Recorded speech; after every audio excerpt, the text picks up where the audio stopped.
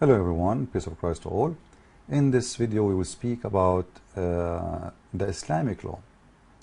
You know, when people they speak about Islamic law, you think that we really have a law which is a smart rules to judge between people and their problems, you know, because we're human, we will have a problem in our life, and people they might argue or fight or you know, over property or over whatever.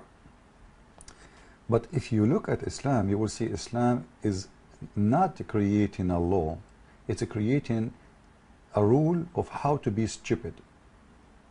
And I will give you a very clear example. And the judge now is Muhammad himself. The judge, his name is Muhammad.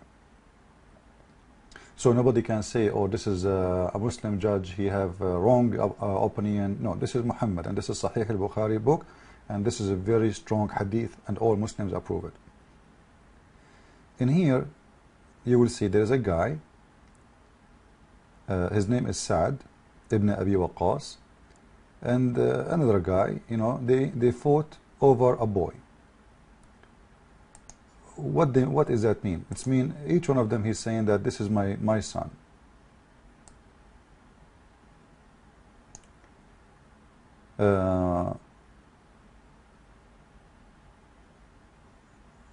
Sa'ad said to Muhammad, this is the son of my brother Utbah ibn Abi Waqqas.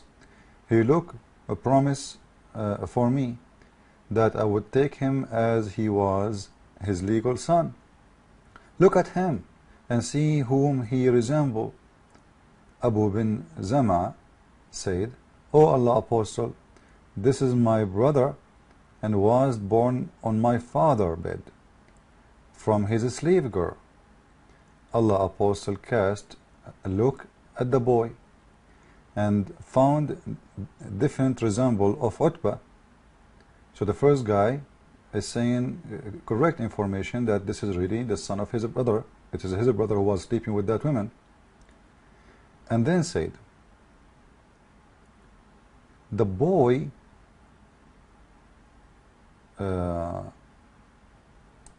is for you, Abu ibn Zama. But remember, the son resemble who? The son resemble the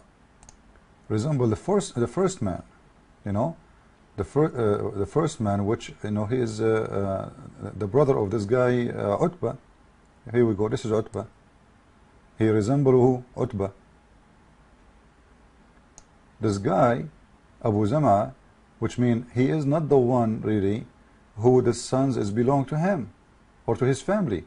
The son, it's very clear that he is resembling, not look like, resemble. It's like exact look. You know, this is his son. Resemble this man.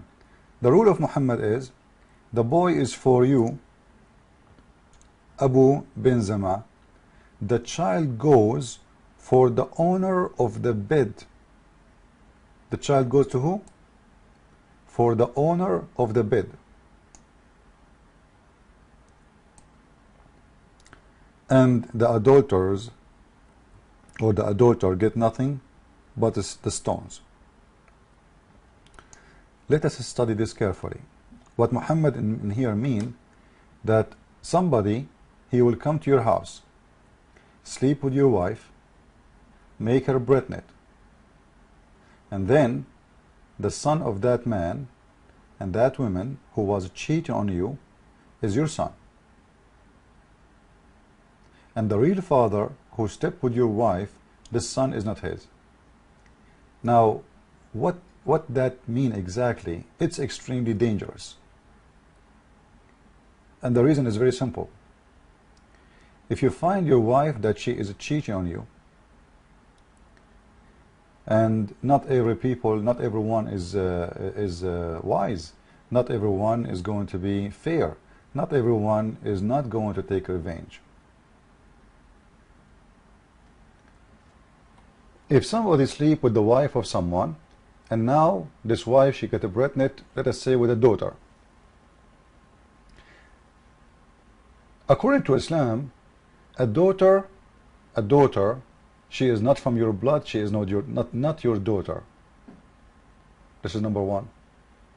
Number two, the woman, she is an adulterer in Islam. Therefore, she is not going to be his wife no more.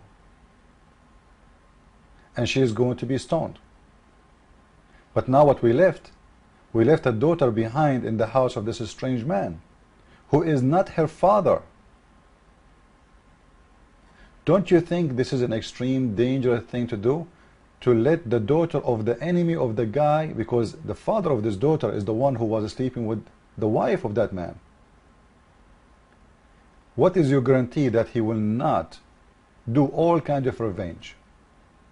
From the ugly to the most ugly. From beating, from harassing, even from sexual abuse. She is not his daughter. Very simple. In the same time, imagine this. Your neighbor, he sleep with your wife.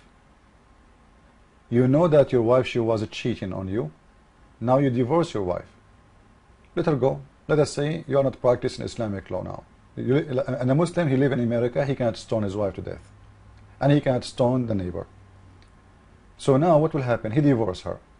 Now that child one day is going to grow.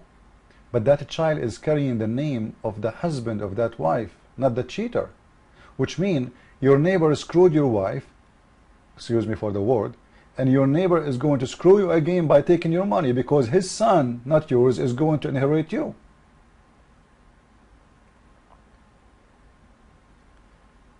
Imagine this. You know, she is your wife, your neighbor slept with her, she got pregnant from him, you divorce her, she moved with her son, which is the son of the neighbor. And now your wife and the son, her son, they live with the neighbor. Let us assume this. This son one day will become 18, 20 years old, or even before. You die. You die. The ex-husband, he die. That son will inherit all the money of that man. Where is justice? Isn't this is a stupid that you say that the one who owned the bed, he owned the son? Why? Are we talking about a goat? The funny, Islam says that there is no adoption in Islam. There is no adoption. In this case, you see that Islam allowed in adopting a son by owning the bed.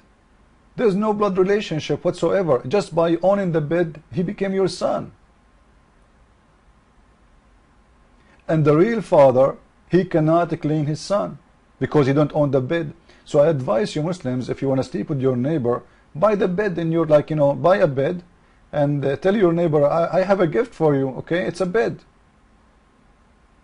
And later you sleep with that wife, the wife of your neighbor, in the bed you bought in his house. What's wrong with those Muslims? By the way, it's not about a bed physically, it's about the one who owns the right over that bed, which means the one who owned the right over sleeping that woman. So what Muhammad considered the baby is, it is like you know, it's a property. Like your goat, you know, this goat, I have right over it. So whoever sleep with her, who care? The baby she will give birth is going to be mine. I own the goat. This is how it is. So such a rule not only creating a lot of problems, is showing that you know, stupidity is the most accurate way of rules in Islam.